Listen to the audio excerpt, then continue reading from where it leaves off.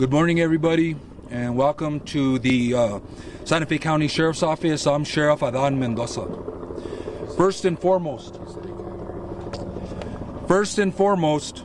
I'd like to offer our condolences to the Hutchins family, a speedy recovery to Mr. Souza, and our concern for the safety of all the men and women in the film industry. On Thursday, October 21st, 2001, at 1:48 p.m., we were dispatched to Bonanza Creek Ranch in reference to a 911 call advising that 2 people had been shot on a movie set. The first deputy arrived at 2 o'clock p.m. and EMS arrived at 2:01 p.m. It was later determined that Helena Hutchins, the director of cinematography, and Joel Souza, the director, had been shot while rehearsing a scene on the movie Rust. During the initial investigation, it was determined that actor-producer Alec Baldwin was the person that fired the weapon. We identified 2 other people that handled and/or inspected the loaded firearm prior to Baldwin firing the weapon. These 2 individuals are armorer Hannah Reed Gutierrez and assistant director David Halls. All 3 individuals have been cooperative in the investigation and have provided statements. Over the last few days, our investigative team has been working diligently to conduct interviews, execute search warrants, and collect and process evidence from the scene. During this process, we determined that there were a limited amount of movie set staff present in the area where the actual incident took place, although there were approximately 100 people on set. Through the execution of search warrants, we have collected about 600 items of evidence. These include, but are not limited to, 3 firearms, approximately 500 rounds of ammunition, and several pieces of clothing and accessories. We believe that we have in our possession the firearm that was fired by Mr. Baldwin. This is the firearm we believe discharged the bullet. We also believe that we have the spent shell casing from the bullet that was fired from the gun. The actual lead projectile that was fired has been recovered from the shoulder of Mr. Souza. The projectile was recovered by medical personnel where he was being treated and turned over to the sheriff's office as evidence. We regard this specific spent casing and recovered projectile to be the live round that was fired from the revolver by Mr. Baldwin. We have recovered what we believe to be possible additional live rounds on set. All the previous mentioned items, along with other items of evidence, will be submitted to the FBI Crime Lab in Quantico, Virginia, for analysis.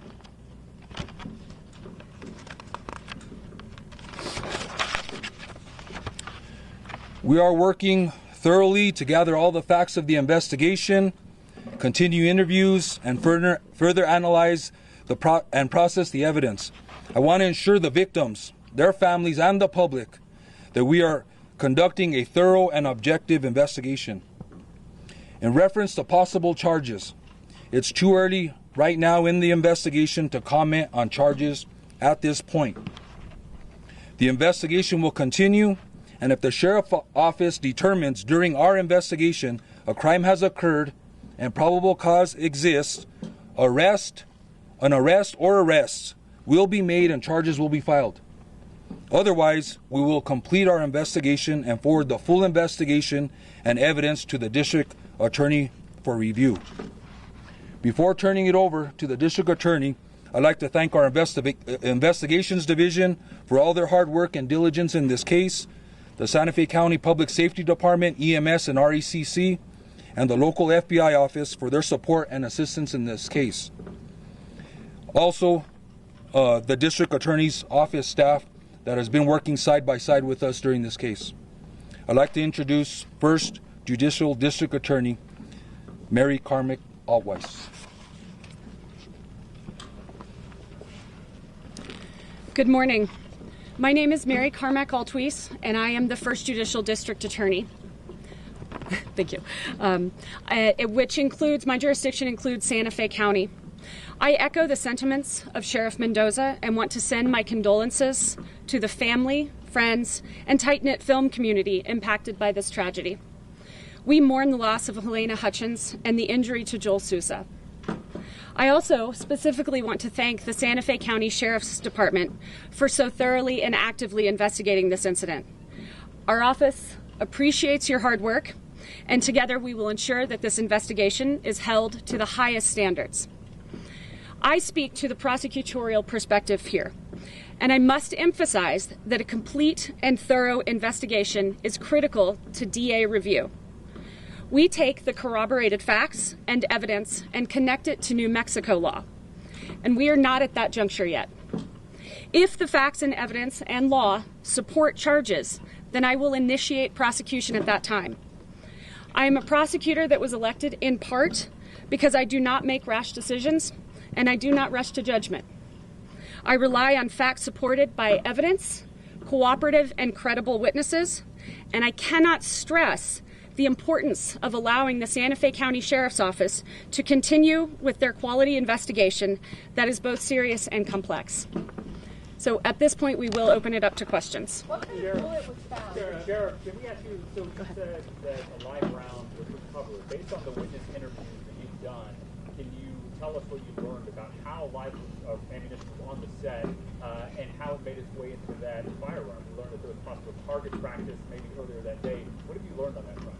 So I think what we've learned is we suspect that there was other live rounds that were found on the set. I won't comment further on how they got there. That's still part of this investigation is active, so I won't comment on how they got there. But we suspect that they are there. That will be up. It will be determined when testing is done by the crime lab in reference to whether or not they are officially live rounds or not. Sheriff, how did two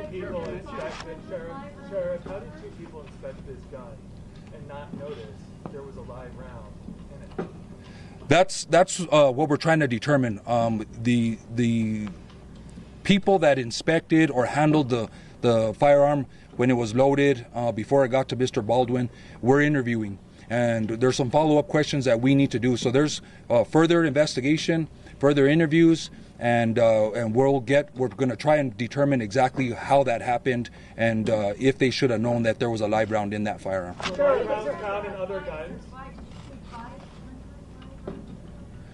No, I said there was a total of 500 rounds of ammunition. That is a mix of blanks, dummy rounds, and what we are suspecting, live rounds. Sure. A bullet was found in the director's shoulder that was recovered at the hospital.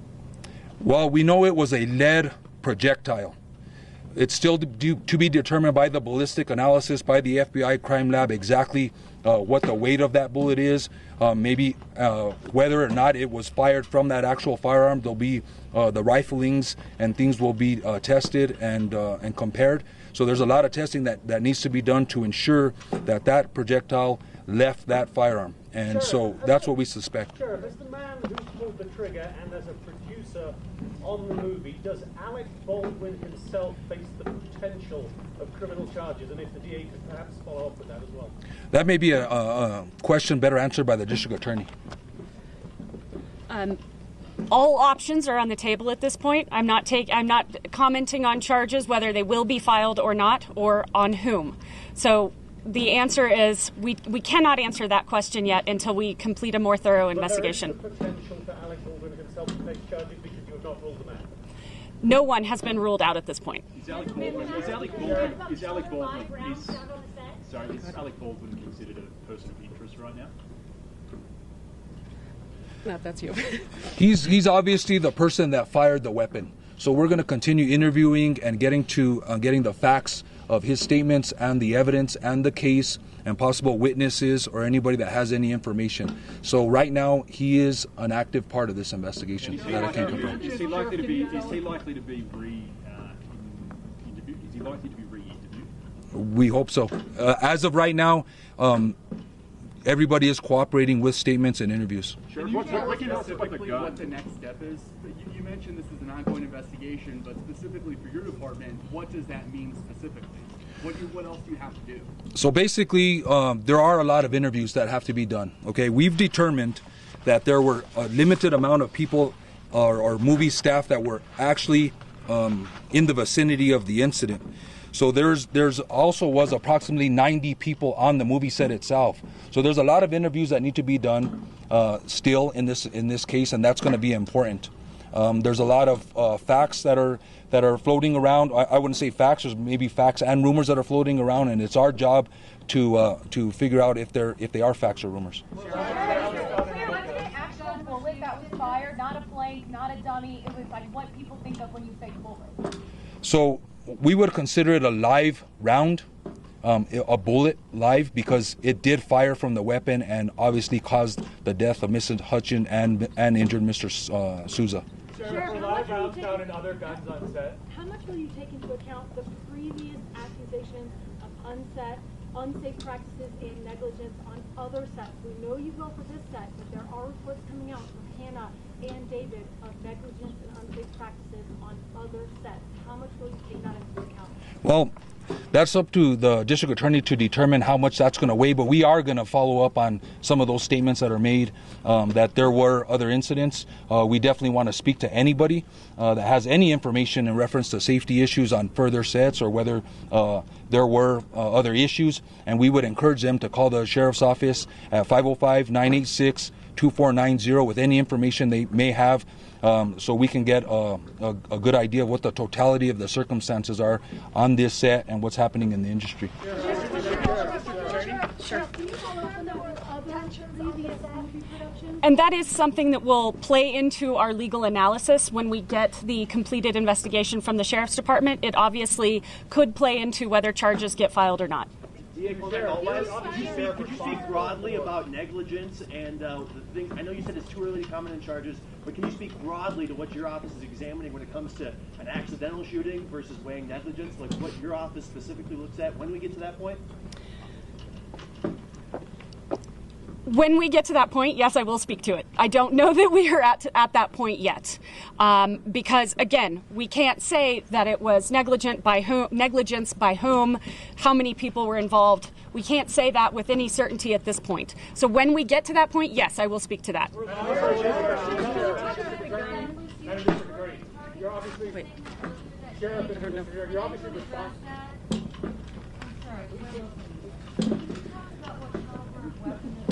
Okay, that's you.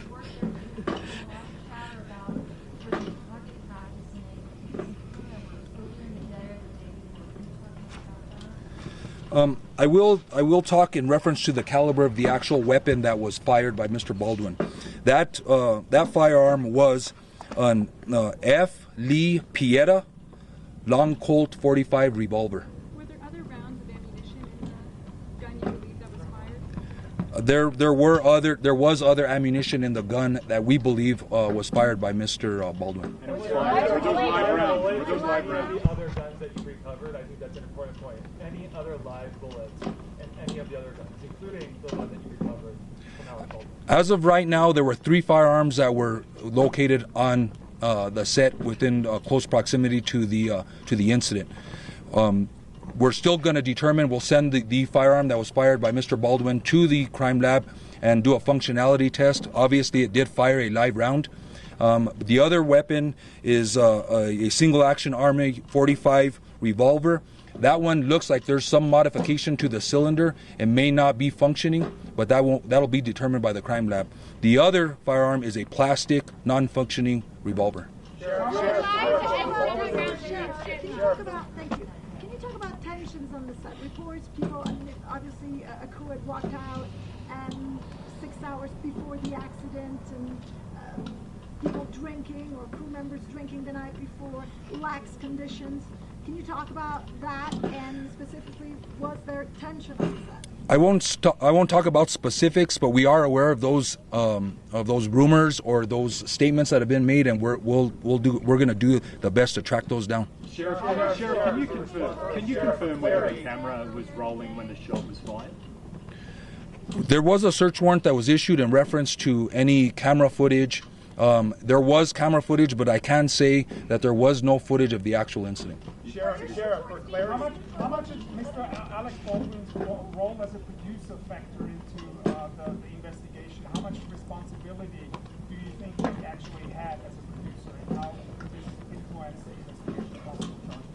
I think once we gather all the statements of fact, once we do all the interviews, then that will be weighed by the district attorney to see exactly, what weight that's going to give in reference to her decision to making charges. Not at this time. Sheriff, can you please give us an update on Alec Baldwin in particular from law enforcement view, how he's been so far? Just generally, he has been cooperative in this investigation. Can you describe his demeanor when he... I won't comment on my perception of his demeanor. I won't comment on that. For clarity, was it a live round or a suspected live round? I'll say right now, until it's proven by the crime lab, it's a suspected live round that was fired, but it did fire from the weapon and it did cause injury. So that would lead us to believe that it was a live round. The idea of public safety here on movie sets. Sheriff, you're obviously responsible for safety in this county. Just curious about your thoughts about the use of real weapons on the sets of movies. Well, obviously, I think the industry has had a record recently of being safe.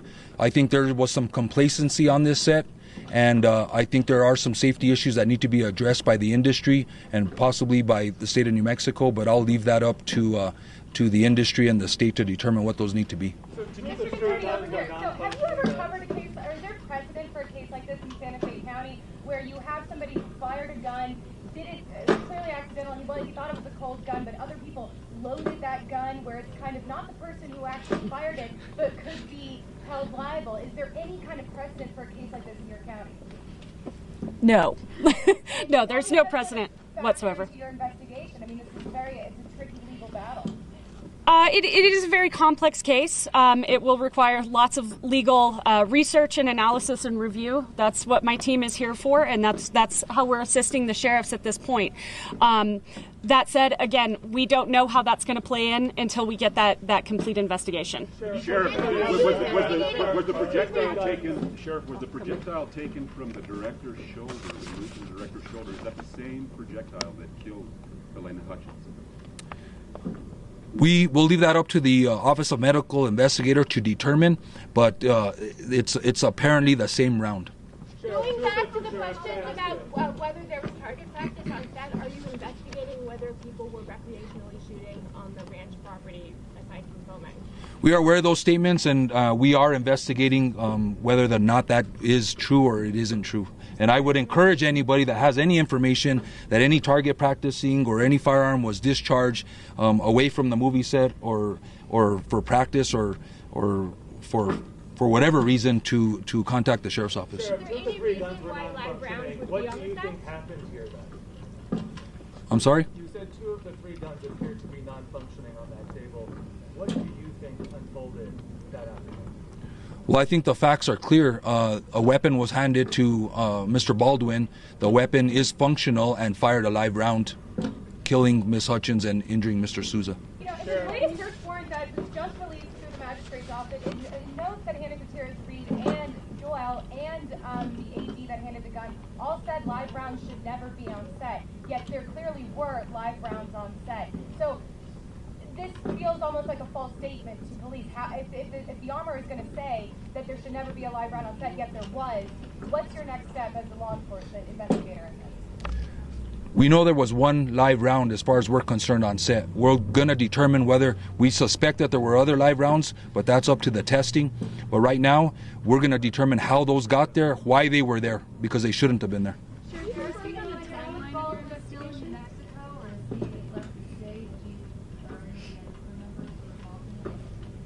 I'm sorry, who were you asking about?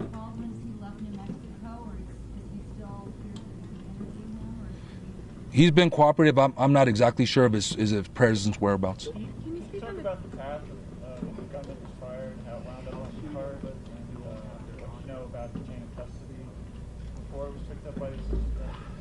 I won't talk about the specifics of that. That's still being investigated. Can you speak on the timeline of your investigation of when you anticipate that this may, wrap up and we'll get more information about whether charges may be filed? Yeah, I'll stay away from an actual timeline. I know, based on what I said, there's several individuals that need to be interviewed, and from those interviews comes new information that we need to track down. So I don't want to put a timeline on it. I want everybody to know that we're working diligently. Our investigative team is to wrap this up thoroughly and completely. And so there is no timeline. We want to get all the facts, get all the statements, and present that to the district attorney's office for review.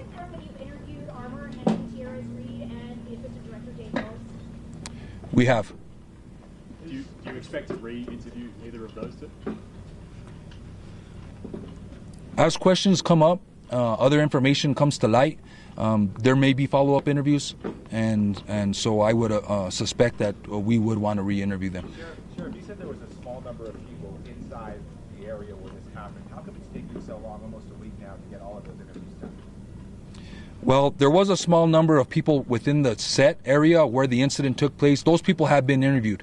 I'm talking about 100 people on scene in different areas. So those people that were in close proximity to the incident, they've been interviewed. And just for clarity, inside the revolver that Alec Baldwin used, were there other live rounds inside the chamber? Not that we're aware of. Do you know how many rounds were in that chamber? The sheriff used the word complacency on set. What is the bridge, and how much do you have to go beyond complacency to get to criminal negligence, hypothetically speaking? I'm not going to answer hypotheticals today. I will say there is a bridge, and it will take many more facts, corroborated facts, before we can get to that criminal negligence standard. And again, they're gathering that as we speak. Complacency in itself does not amount to criminal behavior. I can't say that without specifically legally researching that, but my off-the-cuff answer is no. And for the sheriff, your experience with Firearm, Sheriff, what is your view of such complacency on the set of a movie? Anytime firearms are involved, the safety is paramount. I'll say that. Anybody knows that. If you know anything about firearms, anytime a firearm is around or about, safety is paramount. Does it anger you that live rounds were being used on that set? I don't let my emotions get involved. This is an investigation. We rely on the facts. Thank you. How many witnesses were actually in that room? You said a small number of people. What is a small number? The information that I received from the detectives, there were 16 people in the vicinity of where the incident took place. Thank you for all your questions. I really appreciate it, but I think that's all the questions we're taking today. Unless the DA would like to entertain any more. We're good. Thank you. Thank you. Thank you.